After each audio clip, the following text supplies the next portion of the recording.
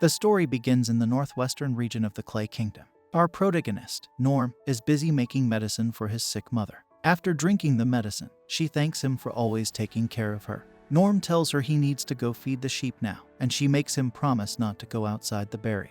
He assures her he won't. Norm mentions he will bring back some fruits and rabbit meat to make soup. His mother starts coughing, and worried, he says he'll boil some water for her. She stops him and wipes the dirt from her hardworking son's face. Apologetically, she says she's sorry for not being able to give him much and that he deserves to choose how he lives. The scene shifts to Norm at night, making soup with the rabbit meat and fruits he gathered. When it's done, he takes it to his mother and tries to wake her, but she doesn't respond. Devastated, he realizes she has passed away.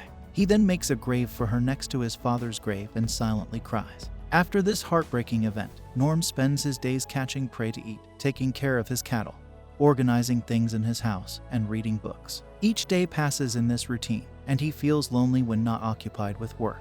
One day, he finds an old book in his house. Upon reading it, he remembers it was the book his father used to read to him as a child. His father used to tell him about adventurers, sharing heroic tales that fascinated Norm. He learned that adventurers could lift curses haunting a forest, study magic to become powerful magicians, band together to take down colossal monsters, and even secure an all-curing elixir from the Spirit King. No matter the crisis, adventurers would fight to protect. The next day, Norm lays out large amounts of feed for his cattle and says his farewells to his mother and father at their graves. He tells them that he is going on his first trip to the city to become an adventurer. With a mix of excitement and hesitation, he leaves the protective barrier around his home. After spending several days traveling alone, he finally reaches the city. Upon entering the city, Norm asks the guards at the gate for directions to the Adventurers Guild. They point him in the right direction, and he makes his way through the bustling city, marveling at the unfamiliar sights. Everything excites him, as it's his first time experiencing city life. When he arrives at the Adventurers Guild, the guildmaster initially tries to shoo him away, saying it's no place for kids. Norm explains that the gatekeeper directed him there to become an adventurer. The guildmaster advises against such a dangerous path, suggesting his parents would worry about him. Norm somberly informs the guildmaster that both his parents are dead. Upon being asked for his name, he introduces himself as Norm. The guildmaster then tells Norm that if he wants to become an adventurer, he should start by attending a training school, though he warns that Norm might have trouble fitting in as the youngest candidate they've ever had. Curious, Norm asks what a training school is. The guildmaster explains that everyone who wants to join the Royal Capital's Adventurers Guild must attend a training school to choose an adventurer class and acquire useful skills like sword techniques and magic. This excites Norm, and the scene shifts to him at a swordsman training school. He dreams of becoming a hero who could slay a dragon the size of a mountain with a single strike. At the school, Norm trains diligently in swordsmanship. One by one, the other students begin to awaken their sword skills, while Norm continues to train, feeling envious of their progress. Several months later, all the other students have learned various sword skills, but Norm has not made much progress. Despite his efforts, his instructor advises him to stop training, suggesting he pursue a different path. Noah wants to continue training, but the instructor tells him it would just be a waste of time. He harshly calls Noah a talentless bum, noting that in all his time there, he has only learned to parry. The instructor suggests that Noah might be better off exploring other training schools to find his potential. Determined, Noah goes to the warrior school. He thinks being a warrior would be cool, as he could stand on the front lines and protect his allies. Despite going through grueling training, he makes no progress. After several months, his warrior instructor tells him to quit, noting that Noah has only managed to slightly enhance his physical strength. He warns Noah that continuing on this path will only lead to injury. Noah then tries the hunter training school but fails there as well. His instructor tells him he isn't cut out for handling delicate tools like bows. Next, he tries the magician training school, but after all his training, he can only cast a puny flame that struggles to light a candle. He then goes to the thieves training school. Despite training there for a while, he can't get the hang of disarming traps, picking locks, or detecting presences, and he has to quit this path as well. Finally, he tries the cleric training school, but after months of training, he only learns the spell Low Heal, which can barely treat scrapes. Disappointed, Noah returns to the guild. The guild master is surprised to learn that Noah couldn't master a single skill after months of training. The guild master tells him he doesn't have what it takes to be an adventurer. Feeling like a talentless loser, Noah leaves the city in disappointment. The scene shifts back to his house, where Noah tells his parents Graves that he has no talent for adventuring but refuses to give up. He decides to work harder than anyone else and crafts himself a wooden sword. He recalls his sword instructor's words. The one skill he has might evolve into something new if he keeps honing it. Determined, he trains his parry skill. Noah spends his days and nights perfecting this one skill. A year passes, and Noah has trained his parry skills to deflect 10 swords at once. He still hasn't developed any new skills, but feels he is making progress. 3 more years pass, and now Noah can parry 100 swords at once, yet he still hasn't developed a new skill. Despite this, Noah refuses to give up. He trains so hard that he even breaks his wooden sword and heals his scratches with his low heel skill. 10 more years pass, and now Noah can parry 1,000 swords at once. He reflects that he hasn't missed a single day of training in the last 14 years, yet he still hasn't learned a single new skill. The next day, Noah decides to head to the city once more, and the scene shifts to him at the Adventurers Guild. The guild staff checks his skills and notes that he has parry, physical enhancement, stone throw, feather step, tiny flame, and low heel. She questions if he is sure he wants to register with these seemingly unimpressive skills. She explains the training school system and its benefits, but he mentions that he has already studied under all of them. This leaves the girl unsure of what to say. Realizing he won't be able to join the guild, Noah wonders if there is any way for him to achieve his dream. At this moment, the guild master arrives and struggles to recognize the grown-up Noah. After taking a closer look, he recalls who Noah is. Noah explains what he has been doing all these years, and the guild master is astonished that all he managed to learn is a slightly improved version of parry. The guild master then explains that adventurers are ranked from S to E, from the strongest to the weakest. To register as an E-ranked adventurer, one needs at least one useful skill, which Noah lacks. Feeling defeated, Noah contemplates giving up on his dream, but the guild master reveals that there is a lesser-known rank below E. Excited, Noah learns he can join the guild as an F-ranked adventurer. The guild master explains the conditions. Noah won't be able to take hunting or gathering jobs outside the city and will only be allowed to do odd jobs within the city's borders. This rank was designed for beggars to earn some food. Surprisingly, Noah agrees to join as an F-ranked adventurer. The guild master is taken aback but registers Noah when he insists. Noah is thrilled to see his adventurer card and begins taking on odd jobs around the city. He completes them one by one using his skills, however modest, while continuing his sword training. Days pass as he helps people throughout the city. One day, while sitting by a fire, he reflects on achieving his dream of becoming an adventurer who helps others, knowing he can't wish for more given his skills. He continues working odd jobs around the city. One day, Noah helps an old woman clean her drains, and she appreciates his consistent help. He then works at a construction site.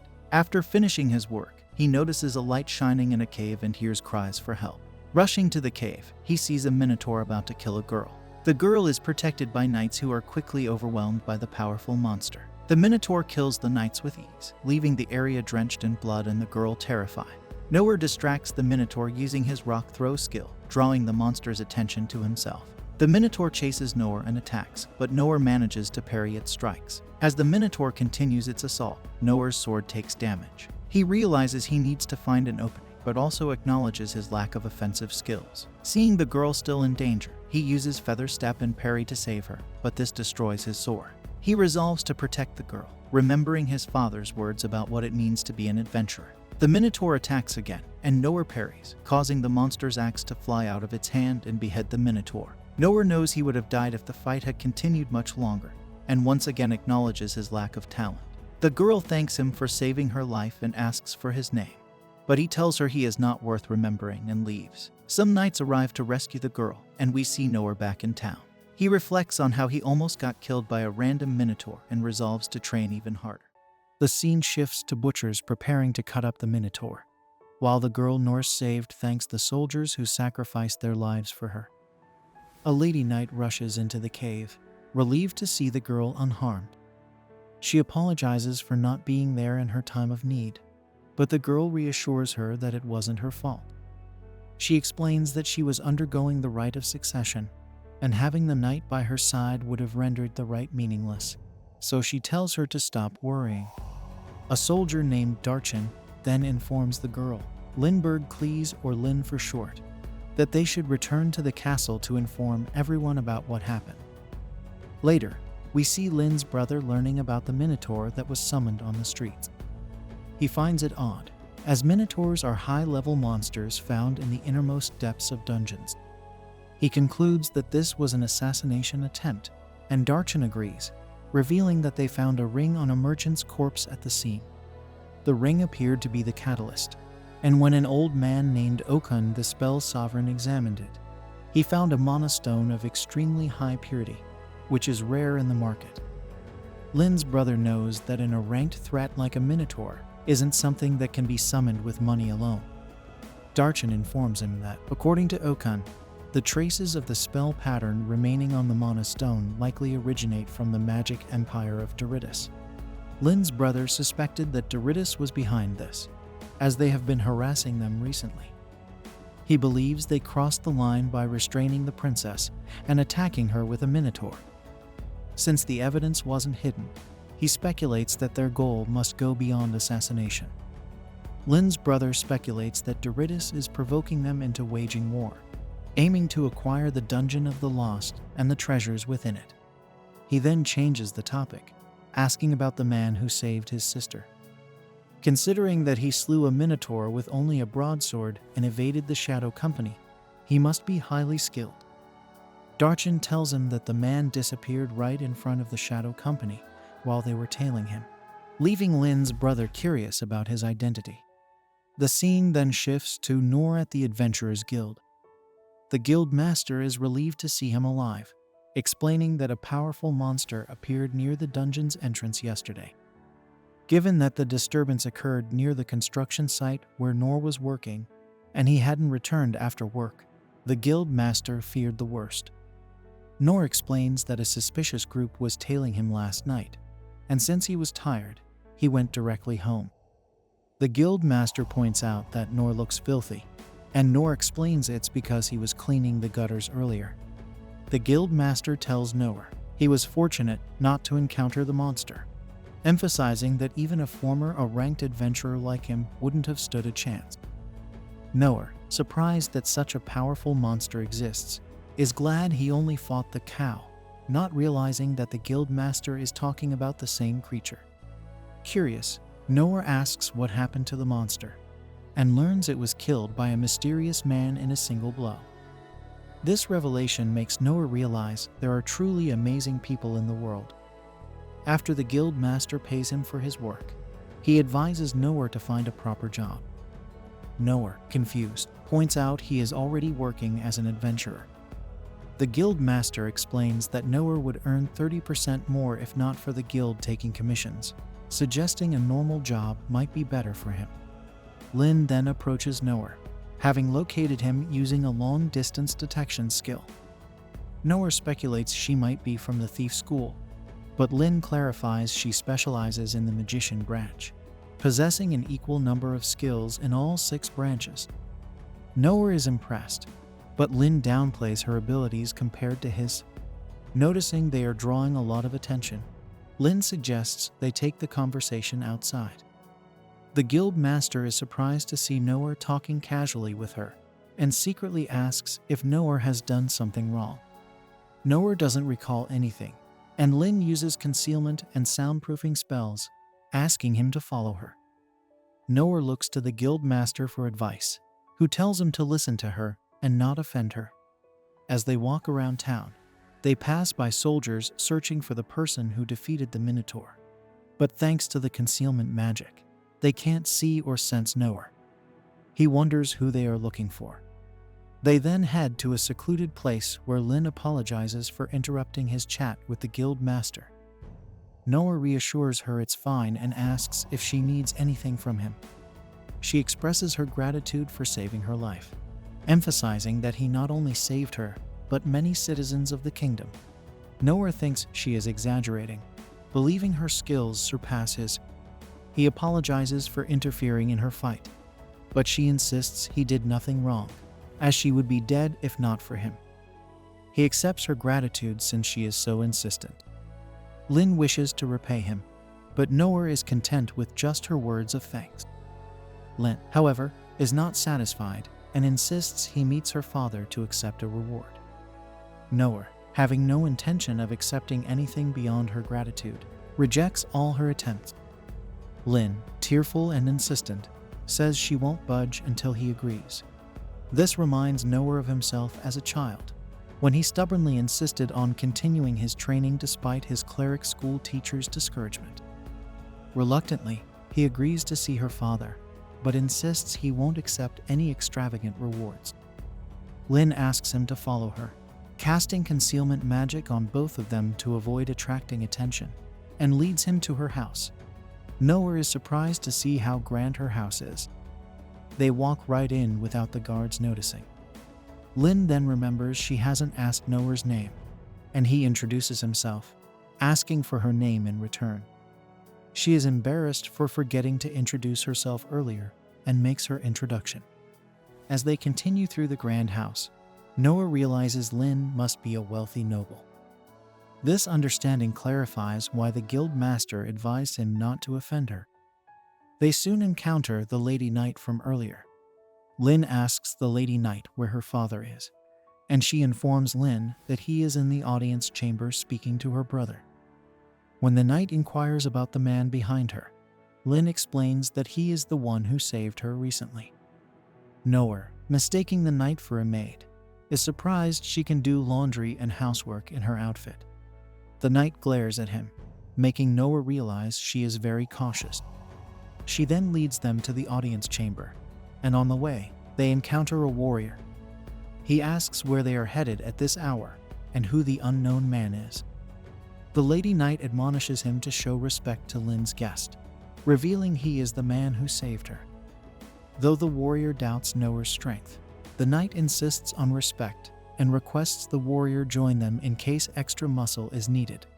He agrees, and they continue on. Meanwhile, in the audience chamber, Lin's father and brother discuss that Derrida has broken the non-aggression pact and made their demands clear. Earlier, they had a meeting with Derrida's representatives, where their king demanded rights to the dungeon and military support. Lin's father was appalled by the one-sided negotiation and refused their terms, considering it might be time for war with Derrida. Just then, Lin and the others enter the audience chamber. Lin's brother is furious she used the cloak of the hermit, but she explains it was necessary to find her savior. Her father realizes the man with her is the one who saved her. Noah apologizes for his unpresentable appearance, but Lin's father tells him it's fine. Noah declares he might lack proper manners and could unintentionally be rude, but the old man reassures him. He shakes Noah's hand, thanking him for saving his daughter. Noah thinks he can leave now, but the old man insists on rewarding him. He offers Noah anything he desires, be it land or wealth, but Noah declines. The old man then offers half of the dungeon treasures, but Noah has no interest in this either. Despite the old man's insistence, Noah refuses grand rewards. Eventually, the old man offers his old sword, explaining that he no longer needs it since retiring from the front lines. He plans to replace it with a replica, and Noah, finding the sword heavier than expected, wonders if it is important. The old man downplays its significance, calling it a second-hand item from his travels. Noah accepts it, and the old man asks him to try it out. Using physical enhancement, Noah swings the sword with all his might, creating a gust of wind in the room. He finds it heavy but manageable. Amused, the old man requests Noah to give Lin some training. Lin is excited, but Noah insists he lacks the qualifications to teach her. He believes Lin should decide her own path without her father meddling too much. The old man agrees, and Noah takes his leave. On his way out, Noah thinks the sword's weight will make it perfect for training. He also notices the sword's width matches the city drains, thinking it will make cleaning them more efficient. He plans to try it out tomorrow. Just then, the Lady Knight, in E's harness, approaches him to talk. She apologizes for treating him suspiciously earlier, explaining her duty is to shield the House of Cleese from harm, which takes precedence over entertaining guests. Noah realizes she is not a maid, but the vice captain of the warrior corps, known as the Divine Shield since childhood. She thanks him for saving Lin, stating she will strive to be someone he can rely on. Noah is unsure why she is making such a big deal out of it, but she assures him he can ask for her help if needed. Noah accepts her gratitude, and she warns him to behave more formally in the audience chamber in the future to avoid severe punishment, especially in front of other vassals. Noah understands, and she asks his name. He introduces himself, surprising her, but she says nothing and leaves. Before Noah can leave, the warrior from earlier, named Gilbert, confronts him and challenges him to a duel to test his strength. This brings an end to our episodes 1 and 2. If you enjoyed it, then don't forget to like, share, and subscribe.